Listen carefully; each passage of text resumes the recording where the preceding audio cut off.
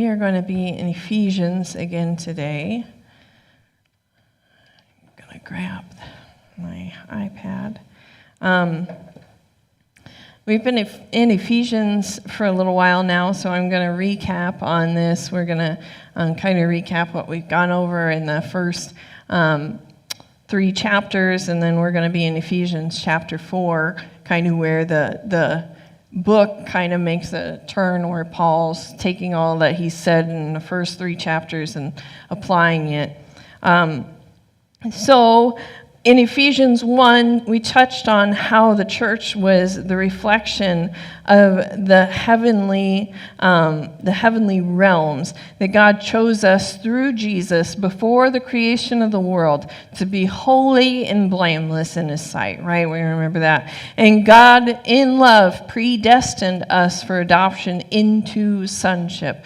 This adoption into sonship, this important thing. In Jesus, we have redemption through His blood and the forgiveness of sins, right? And then there's this time where God will bring unity to all things under heaven and on earth, this unity, and it'll all come under Christ. And we know that Paul prays that we know beyond knowing this hope which we have been called to, and the riches of His glorious inheritance of His holy people, and the incomparably great power of God. Remember, he prayed that we knew beyond knowing those things.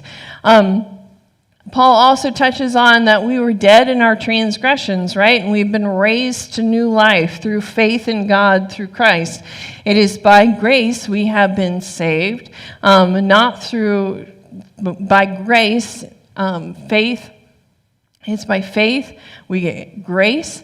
We've been saved, not through the works that we have done, but only this gift that has been given. Paul says that we are no longer foreigners or strangers, but fellow citizens, built up together to be a dwelling in which God lives by His Spirit, so that each of us individually come together and join together and rise to become a holy temple to the Lord, right? The church.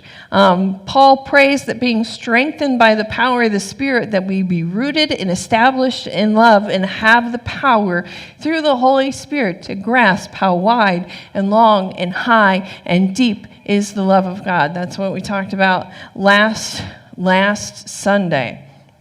So Paul goes on to say, as a prisoner for the Lord, then I urge you to live a life worthy of the calling that you have received. He is saying, because of all of this that I have laid out in the first 3 chapters, I pray that I urge you to live a life worthy of the calling you have received. As I said, the first 3 chapters, Paul's kind of giving them information and making this argument. In chapter 4, we kind of switch, and Paul is saying, because of all of this, because of the, it's grace and through faith, not through works, and love and the hope and the power of God and all these things, because of all of this, as a prisoner for the Lord, then I urge you to live a life worthy of the calling. Let's go ahead and read the rest of that we've got for today.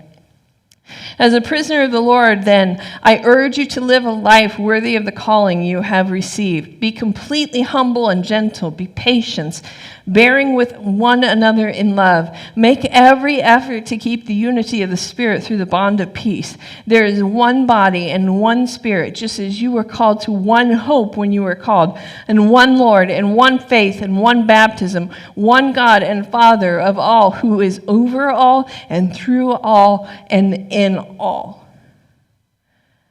That's a lot, right? That's a lot. So Paul is saying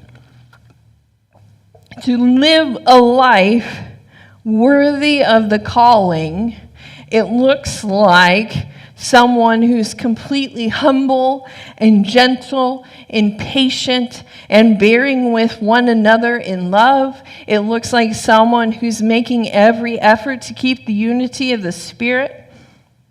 Again, as I had said, Paul is saying, because of all these things, all these points that I've pointed out in the first 3 chapters, I urge you to live a life worthy of the calling.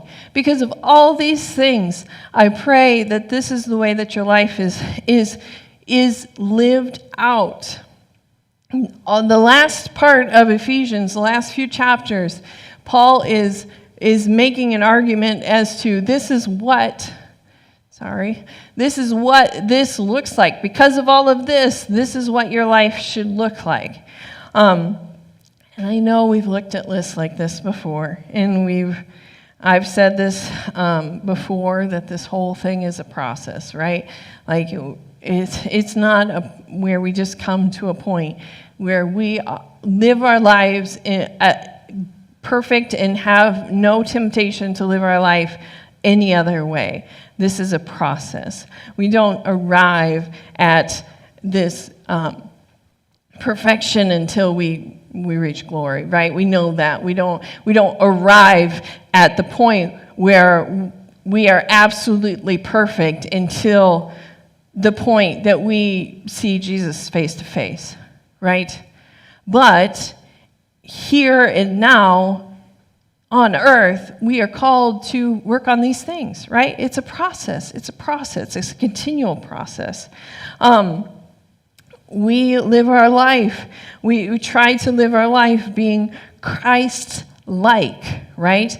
And these are some of the qualities of Christ that Paul brings out in this. And so he says, I pray that I urge you to live a life worthy of the calling, that it looks like being completely humble, right? His first point, be completely humble. Now, humble, we tend to have kind of a weird view of humbleness. But humbleness, in the biblical sense, is having this accurate view of ourselves. Not necessarily thinking less of ourselves or thinking greater of ourselves, but having an accurate view of ourselves. Humble doesn't mean that we degrade ourselves. I know that there's a lot of negative talk. We do a lot of negative talk towards ourselves. That's not being humble. We don't degrade ourselves. Sometimes we tend to think that humbleness is being less than who we are, and that's not necessarily what it is either. It's having this understanding of ourselves, not placing ourselves higher than we should or lower than we should, but having a healthy understanding of who we are and our talents and our talents and maybe the things that we don't do as good. Okay, the next part on Paul's list, he says, be completely humble and gentleness. Gentleness. To be gentle. To be mild-mannered or polite when dealing with others. People who are gentle treat others as made in the image of God. They understand that all of God's creation, all human beings are made in the image of God. And they don't take advantage of others. They recognize that others aren't just there for their gain, right? Others aren't just there so that you gain something from them. It's not a means of an end. They treat others with the same grace that they would want to be treated. And then in my commentary, I've got this quote, another one from Pastor George Lyons. He says, gentleness means seeing in every human being a person of eternal worth, one for who Christ died. That is gentleness. That's not saying that we have to like every single person that we come across. That doesn't say that we have to agree with every single thing that they say. But that does mean that we are called to see that they are made in the image of Christ and to give them the same grace that we would expect. Another one that Paul brings out. I urge you to live a life worthy of the calling you have received. Be completely humble, gentle, be patient. Oh, that's one of those words we dislike hearing in church, right? Be patient. Being patient is defined as long-tempered. So long-tempered is obviously the opposite of short-tempered. Being patient means seeing others as what they can be in the future with God's grace rather than what they are right now. Sometimes being patient looks like forgiving even when there hasn't been an apology, right? Sometimes being patient looks like being calm when the rest of the world seems to be going off the rails. Sometimes patient looks like giving someone a second chance when they fail, even if it's the second time, or the third time, or the 77th time. Another thing that Paul says is bearing with one another in love, right? But we're going to look at the first part of this phrase first. Bearing with one another, meaning our patience. Bearing with one another. What does that look like? It looks like it doesn't mean that our patience are just putting up with someone, right? Like it's not just putting up with someone. I will sit here, I will do this just because I am supposed to. But it's this understanding that sometimes there might be differences and appreciating some of those differences maybe, right? Even appreciating that someone brings a different aspect to this. Bearing with someone isn't something that can be done grudgingly. So it's a heart attitude which shows whether we're bearing with one another or not, right? In love, we understand that all these things are wrapped up in love. Love is the way that all these things are held in tension with one another. Love is the thing that holds all our life in tension.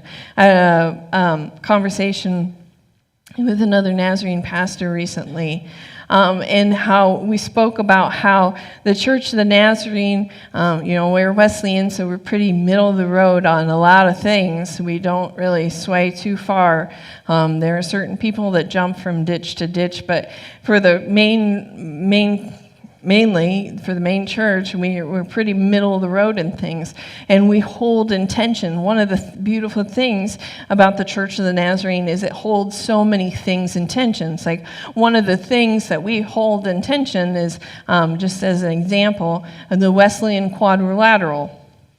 We believe when you read the biblical text, that the scriptures absolutely are important, but we also understand that we bring into it traditions of the church, that we bring into it we bring into it reason and experience, and we hold all of these things in tension as we read through the biblical text. We hold in tension the law and love, right? These are all things that we hold in tension with each other. The way we treat others, we do it by love, right? We do it by love, and sometimes love.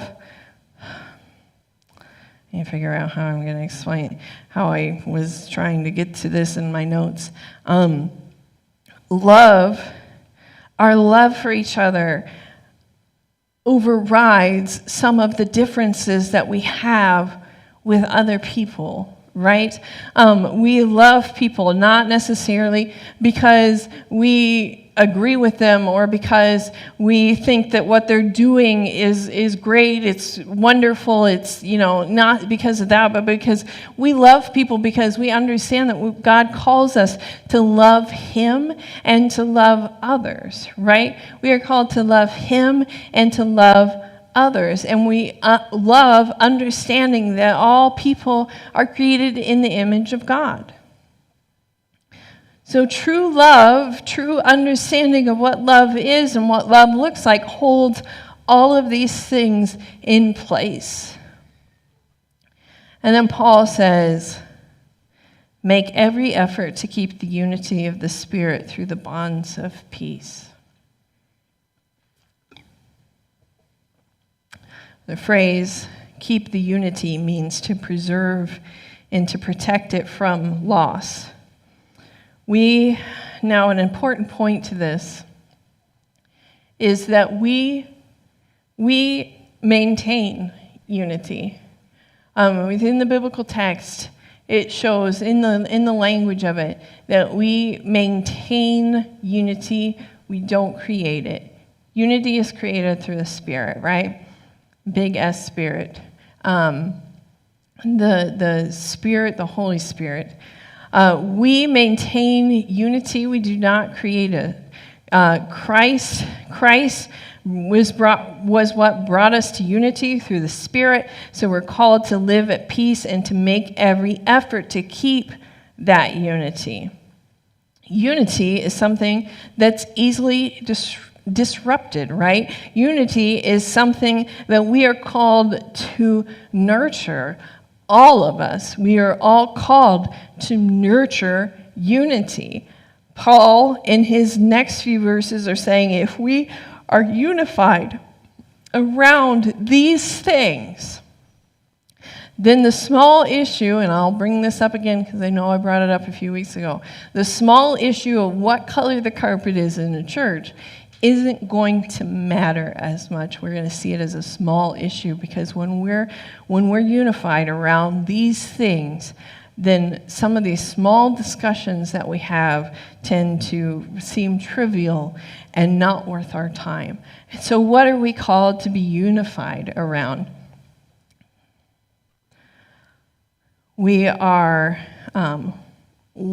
there is a body, there is one body and one Spirit, just as you were called to one hope when you were called, one Lord, one faith, one baptism, one God and Father of all, who is over all and through all and in all. Remember, the church was created to be a reflection of the heavenly realms. We understood that from one of the prior chapters in Ephesians. I do understand that churches are usually made up of flawed humans. We all understand that. But the church, if it focuses on these things, we're one body, one Spirit, one hope, one Lord, one faith, one baptism, one God and Father of all, who is over all and through all and in all. When we understand those things, when we focus on those things and we maintain the unity over those things, we realize that the rest of it kind of is unimportant. Maybe not unimportant, maybe that's wrong. Sometimes we get worked up over some trivial things. Because these are the things that we're called to hold the unity in.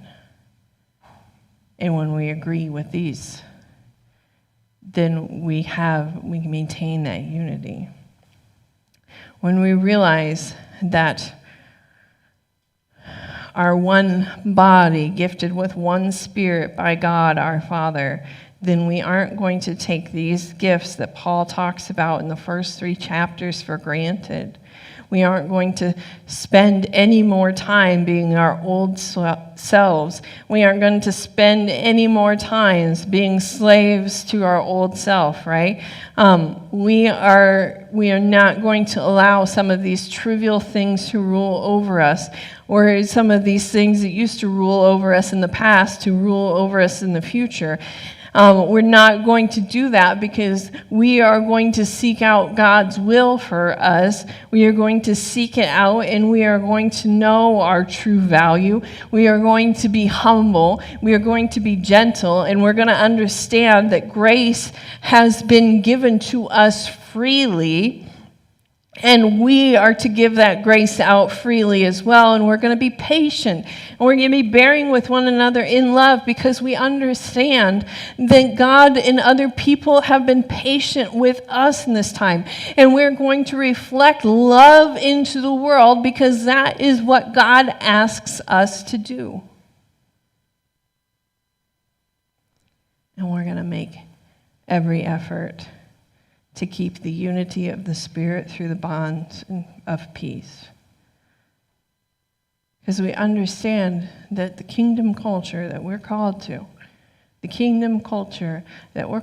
is more of an upside-down culture than what the world is. And the world thrives on disunity. The adversary thrives on disunity. And we shouldn't even let him begin to win that battle, right? So we should make every effort to keep the unity of the Spirit because we recognize that we have one Father and all are made in the image of God.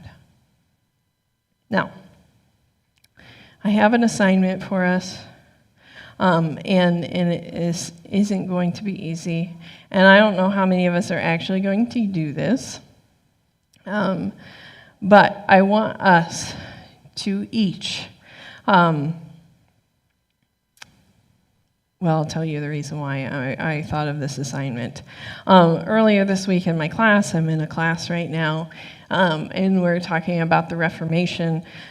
And in my class, I made a comment that the Roman Catholic Church, it's easy to just continue to do what you've been doing and to not enter into conversations when people tell you what you've been doing is wrong, right? It's really easy to just pass off what people are saying and to not truly take a good, hard look at what you're doing and to see if there's any other way that God's guiding you in that.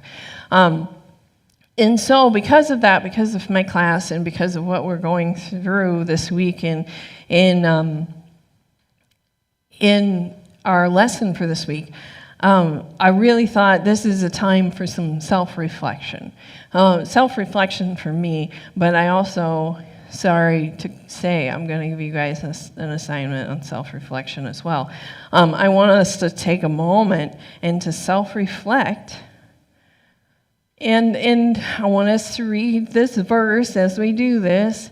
Are we humble and gentle?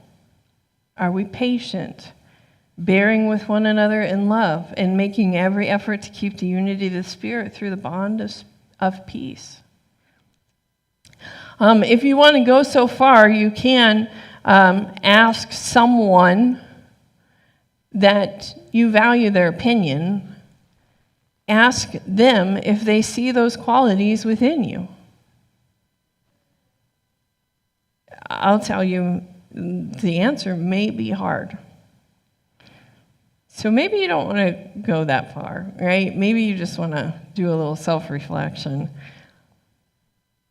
But I tell you, when you ask someone that knows you, someone, not just some random person that you met 2 weeks ago, but someone who knows you, they may give you some things that maybe God's kind of been speaking to your heart about that needs to be changed. Ask them if they would describe you as patient and humble and gentle and bearing with one another in love, and do you make every effort to keep the unity? Sometimes it's hard, as I said, sometimes it's hard to, when we genuinely ask someone, sometimes it's hard to hear the answer. So I say we also need to pray about this, right? We need to pray before we ask the question. We need to pray, ask God the question. Are there things in my life that aren't lining up, that are not Christ-like? Are there things on this list that I need help with, right? Because that's what our desire should be, is to be Christ-like, right? To have this portray this Christ-like image. And let's remember, no matter what's said, that this is a process, right? I said at the beginning, this is a process. We're all working on stuff. So we should humble ourselves before God and pray for guidance moving forward. Now, here in a moment, we're going to close out with the song, I Surrender. I pray that when we sing this song, I almost sang another song, but the words were kind of, I believe when you pray a prayer that God answers it, right? And it may not always be in the ways that we expect it to be answered. And there was a song that I thought of, and it's called Refiner. And it says, I want to be tried by fire, and I decided that probably wasn't going to be the prayer of all of our hearts, to be put into the fire, right? But we need to be surrendered, right? We need to be surrendered. I do pray that this is the prayer of all of our hearts when we sing this song, that it is, I surrender. I have not held on to any part of my life, that it is all God's to use in whatever way that he wants to use it. So let's go ahead and sing this song, and then we'll close this service in prayer, okay?